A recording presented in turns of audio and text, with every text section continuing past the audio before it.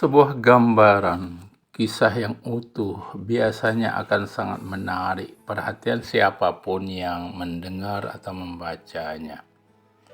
Terlebih jika kisah tersebut menyimpan makna tersirat yang akan menambah penasaran untuk dibaca atau didengar. Demikianlah kisah-kisah yang diabadikan dalam kitab suci Al-Quran tidaklah sama dengan buku cerita, novel, atau bahkan komik bergambar yang banyak menceritakan tentang kisah fiktif. Kebenaran kisah yang disajikan dalam Al-Quran adalah nyata adanya. Kisah-kisah dalam Al-Quran disajikan sebagai ibrah atau pelajaran atas nilai-nilai yang terkandung dari setiap unsur di dalamnya. Bahkan dalam kadar yang sangat sederhana disebutnya, sebuah kisah dalam Al-Quran dapat dijadikan bukti sebagai keabsahan. Cerita berikut hal-hal yang terangkum di dalamnya. Salah satunya adalah kisah yang berkaitan dengan karomah pada wali-wali Allah. Mengutip dari laman laduni.id, meski sama-sama diartikan sebagai sesuatu peristiwa yang aneh, menakjubkan, di luar kemampuan dan nalar manusia biasa, karomah berbeda dari mukjizat. Satu-satunya perbedaan di antara keduanya adalah klaim kenabian atau dakwah al-nubuwah pemiliknya.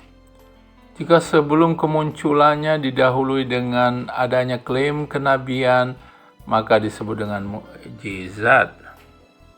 Jika tidak, maka disebut dengan karomah.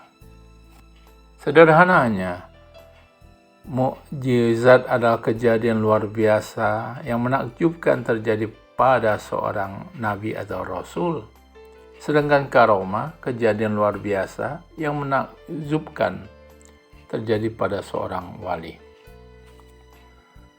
Dengan perbedaan ini, maka dimungkinkan bagi seorang wali memiliki karomah yang sama dengan mukjizat para nabi dari segi wujud dan penampakannya, selama tidak didahului dengan klaim kenabian. Kebalikannya, kemunculan karomah bagi para nabi juga mungkin terjadi, yakni pada saat di mana mereka belum menunjukkan klaim kenabian.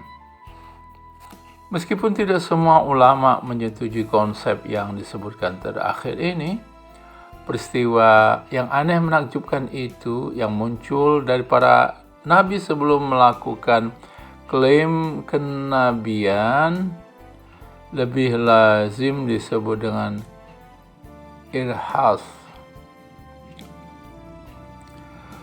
Karomah juga berbeda dari sihir dari tingkat kesalehan pemiliknya. Jika sesuatu kejadian aneh di luar nalar keluar dari seorang yang saleh, maka disebut dengan karomah. Jika tidak, maka itu disebut sihir. Sehingga unsur pembeda dari keduanya adalah murni tingkat kesalehan yang dimiliki.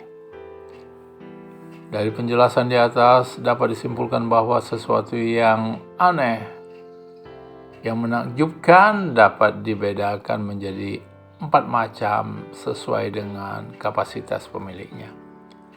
Mukjizat, manakala didahului dan klaim kenabian, sehingga dimiliki oleh para nabi dan rasul.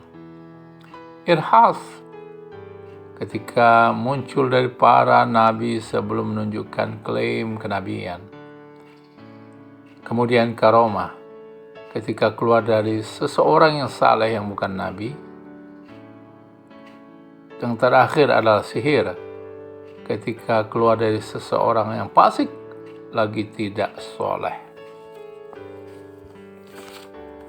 Berikut ini adalah beberapa kisah karomah dalam Al-Quran.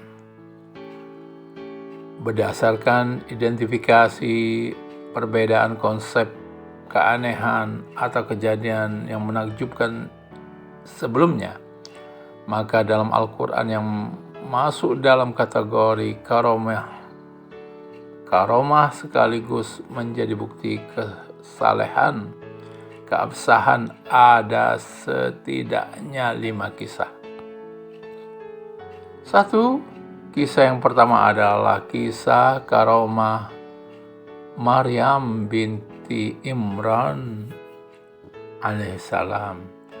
Seperti yang telah diketahui, ia merupakan ibu dari Nabi Isa alaihissalam.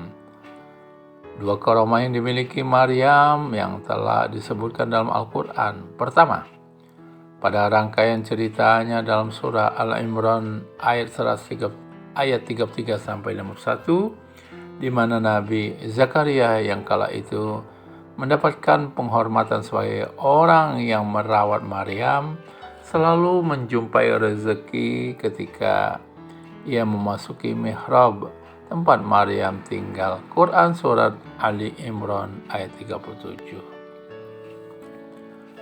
Selanjutnya adalah kehamilan Maryam atas Nabi Isa alaihissalam yang tanpa melalui proses sebagaimana umumnya manusia biasa.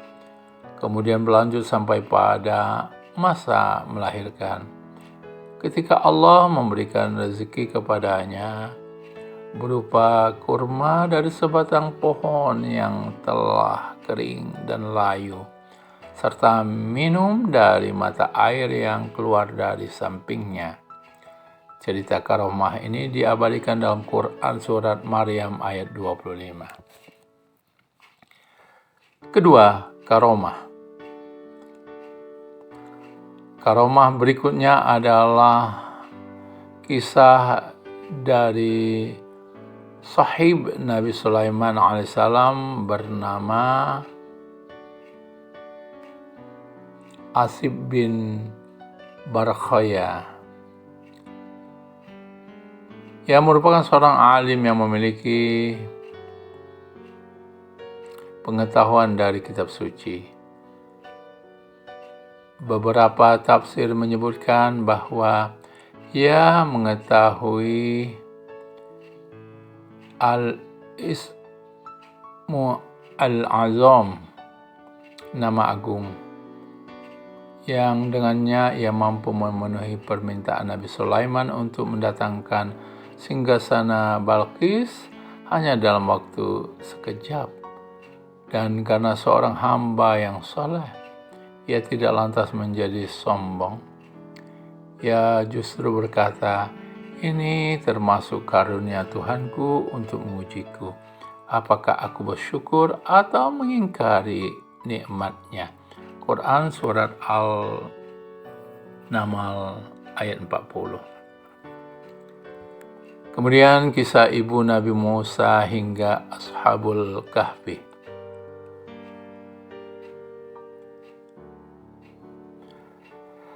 Tiga, selanjutnya kisah karomah dari ibu Nabi Musa alaihissalam yang muncul sejak Nabi Musa masih berada dalam kandungan hingga dikembalikan lagi ke dalam pangkuannya.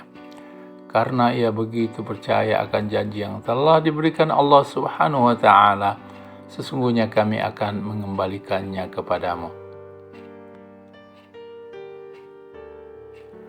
Quran Al-Qasas ayat 7.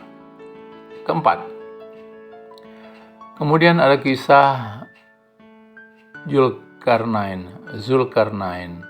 seorang raja yang adil dan soleh bernama Abdullah bin Al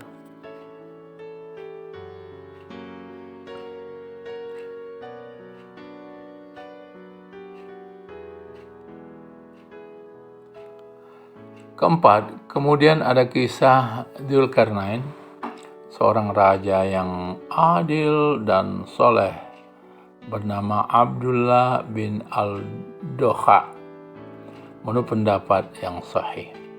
Seorang raja yang diberikan kekuasaan hingga mampu menyatukan berbagai wilayah di bawah kekuasaannya. Selain itu juga telah ditundukkan baginya awan-awan di langit dan timur hingga barat, dari timur hingga barat, utara hingga selatan, seperti yang telah Allah katakan, dan kami telah memberikan jalan kepadanya untuk mencapai segala sesuatu. Quran Surat Al-Kahfi ayat 84. Kelima, terakhir kisah tentang Ashabul Kahfi. Ashabul Kahfi merupakan sekelompok pemuda putra pembesar dari raja-raja yang dibukakan hatinya oleh Allah untuk tidak mengikuti ajaran kaumnya menyembah berhala. Kisah karomahnya begitu masyhur, di mana mereka tertidur di dalam gua selama 309 tahun setelah melarikan diri dari kejaran raja yang zalim. Dan mereka tinggal dalam gua selama 300 tahun lebih dan ditambah beberapa tahun kemudian. Quran Surat Al-Kahfi ayat 25.